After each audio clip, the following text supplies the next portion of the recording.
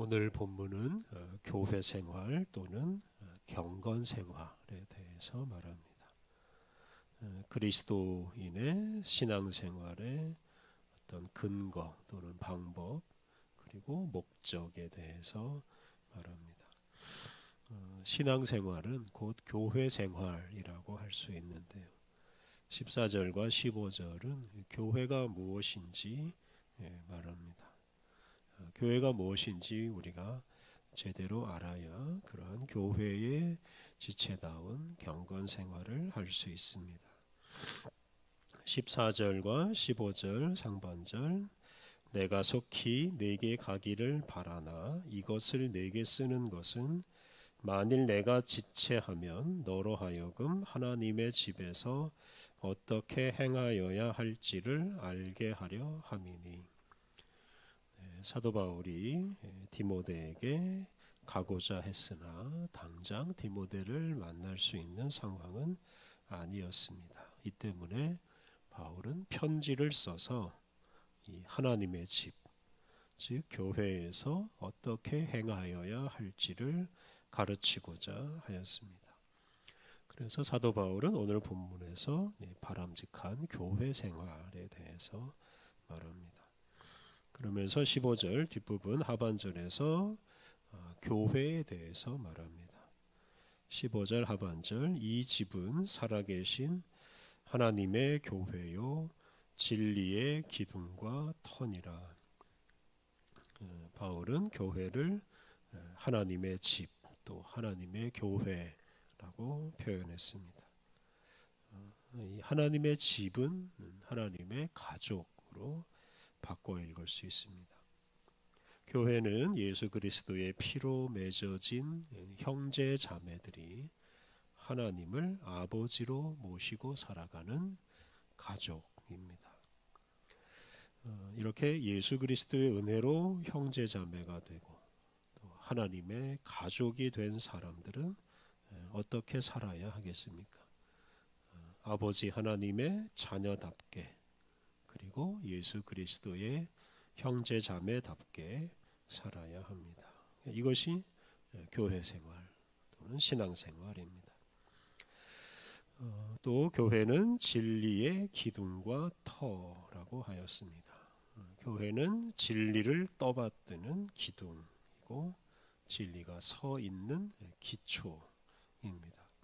교회가 있기 때문에 진리가 보존되고 진리가 흔들리지 않습니다. 반대로 말하면 교회가 없으면 진리가 무너지고 진리가 사라지고 맙니다. 이렇게 진리를 간직하고 있는 교회의 지체들이 어떻게 살아야 하겠습니까? 교회가 간직한 그 진리를 따라서 살아야 합니다. 진리가 아닌 것을 추구하는 것은 신앙생활이라고 할 수 없습니다. 16절에서 그 진리를 이제 경건의 비밀 또는 예수님이라고 표현합니다. 16절 크도다 경건의 비밀이요 그렇지 않다 하느니 없도다.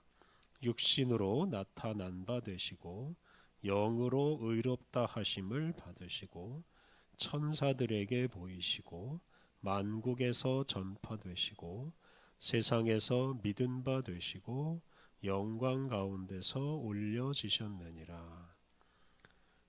경건의 비밀은 곧 진리입니다. 그리고 그 진리, 경건의 비밀은 곧 예수님이십니다.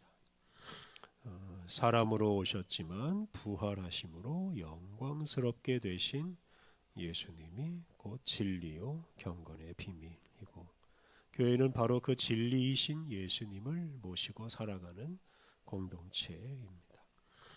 그래서 교회는 이 진리, 또 이 진리이신 예수님을 굳게 지키고 선포하는 것이 바로 이 교회의 책임이자 또 교회의 특권입니다.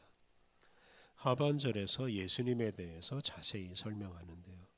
육신으로 나타난 바 되었다라는 구절은 예수님이 사람으로 오셔서 십자가에서 죽으신 것을 말합니다.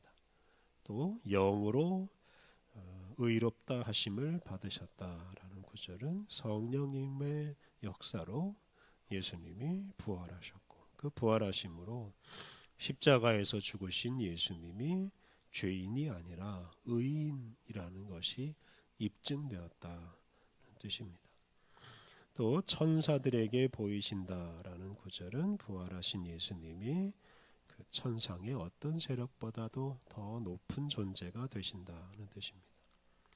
만국에 전파되었다라는 구절은 부활하신 예수님이 단지 유대 지역뿐만 아니라 온 세상에 전파되었다는 뜻이고, 이어지는 세상에서 믿은 바 되었다라는 구절은 온 세상에 전파되신 예수님이 온 세상의 주님으로 인정받으셨다는 뜻입니다. 또 영광 가운데 올려지셨다라는 구절은 예수님의 승천을 가리키는데, 승천하신 예수님이 온 세상에, 온 우주 만물의 통치자이시라는 뜻입니다. 이 모든 예수님의 삶과 사역, 그리고 예수님의 십자가의 죽음과 부활, 그리고 예수님의 승천, 이 모든 것을 통해 예수님은 하늘과 땅의 주님이 되시고 또 하늘과 땅의 모든 것을 하나 되게 하십니다. 이것이 바로 진리이고 경건의 비밀입니다. 교회는 이 경건의 비밀을 잘 보존하고 가르치고 선포해야 합니다. 그것이 우리 교회의 지체들의 영원한 사명입니다. 간단하게 말하면 예수 그리스도를 높이고 예수 그리스도가 하신 일을 잘 간직하고 그것을 세상에 선포하는 것이 바로 우리들의 경건 생활, 교회 생활의 본질입니다. 4장 1절부터 5절 말씀은 이제 잘못된 신앙생활, 잘못된 교회 생활의 예입니다.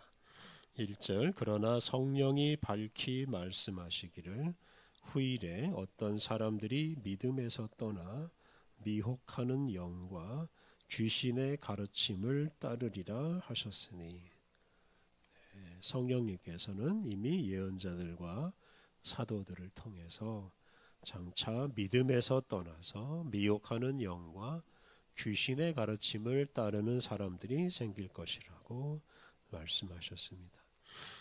앞서 말한 진리요 경건의 비밀이신 예수님과 그 예수님의 가르침에서 벗어나는 사람들이 나타날 것을 예고하였다는 뜻입니다. 네, 그러한 사람들은 신앙생활 또는 교회 생활을 제대로 할 수가 없습니다. 2절과 3절은 그렇게 미혹하는 영과 귀신의 가르침을 따르는 사람들의 모습입니다. 그들은 제대로 신앙생활을 하지 못하기 때문에 잘못된 길로 가고 맙니다. 2절, 자기 양심이 화인을 맞아서 외식함으로 거짓말하는 자들이라. 양심이 화인, 이 불도장을 만든다는 것은 이제 양심이 무디어진다는 뜻입니다. 거짓 가르침을 따르는 사람들은 양심이 무디어져서 위선적인 사람이 되고 또 죄의식도 없이 거짓을 고의로 거짓말을 합니다.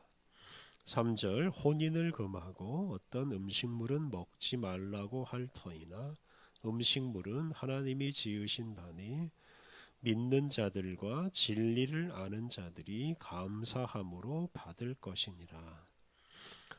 이 거짓 가르침을 따르는 사람들은 혼인을 금하고 또 일부 음식물을 먹지 못하게 합니다. 이것이 예나 지금이나 그 이단들의 전형적인 거짓 가르침입니다.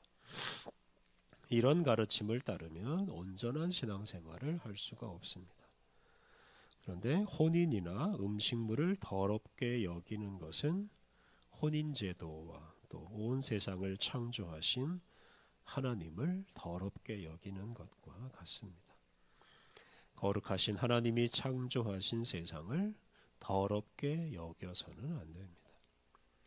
혼인제도나 음식은 하나님이 창조하신 선한 것으로 하나님을 믿는 자들, 또 진리를 아는 자들은 감사하게 받아들여야 마땅합니다. 4절과 5절 하나님께서 지으신 모든 것이 선함에 감사함으로 받으면 버릴 것이 없나니 하나님의 말씀과 기도로 거룩하여 짐이라. 하나님이 지으신 모든 것은 선합니다. 그래서 우리는 그 모든 것을 감사하는 마음으로 받아야 합니다. 이 땅에 있는 모든 것 중에 더러워서 버릴 것이 하나도 없습니다. 특히 하나님이 창조하신 그 모든 것은 하나님의 말씀과 기도로 거룩하게 됩니다. 즉 하나님이 창조하신 세계가 하나님처럼 거룩한 존재로 변화될 수 있습니다. 그리스도인들은 바로 그러한 소망을 품고 하나님이 지으신 모든 것을 소중하게 여기고 하나님의 말씀을 따라 그 피조물을 대하고 피조물을 위해서 기도해야 합니다. 그러할 때 그 피조물도 거룩해지고 우리 자신도 거룩한 사람으로 변화해 갈 수 있습니다. 이것이 신앙생활입니다. 그러니까 신앙생활을 한다는 미명하에 세상으로부터 도망치고 세상을 멀리하지 않아야 합니다. 하나님께서 지으신 이 세계 안에서 적극적으로 살면서 세상을 거룩하게 변화시키는 생활이 바로 진정한 경건생활, 진정한 신앙생활입니다. 교회는 아버지 하나님과 예수 그리스도의 은혜로 세워진 가족입니다. 우리는 이 공동체 안에서 다른 사람들을 예수 그리스도의 형제자매로 만날 수 있고 또 다 함께 하나님을 아버지로 모시며 살아갈 수 있습니다. 이러한 공동체 안에서 살고 있는 우리들은 예수 그리스도의 형제자매로 그리고 하나님의 자녀답게 살아가야 합니다. 교회는 또한 진리요 온 세상의 구주이신 예수님을 높이고 드러내고 선포하는 공동체입니다. 우리가 신앙생활을 통해서 진리이신 예수님을 이 세상에 선포할 때 이 세상이 거짓과 멸망에서 벗어나서 진리와 구원의 은혜를 누리게 될 것입니다. 우리의 올바른 신앙생활이 이 세상을 진리와 구원으로 이끕니다. 그러므로 우리가 이런 막중한 사명감을 가지고 거짓을 물리치고 진리이신 예수님을 세상에 드러내고 세상을 거룩하게 변화시키는 진정한 신앙생활을 해야 하겠습니다. 함께 기도하겠습니다. 하나님, 우리를 거룩한 교회의 지체로 불러주시고 예수 그리스도의 형제자매로 하나님의 자녀로 살게 하시니 감사합니다.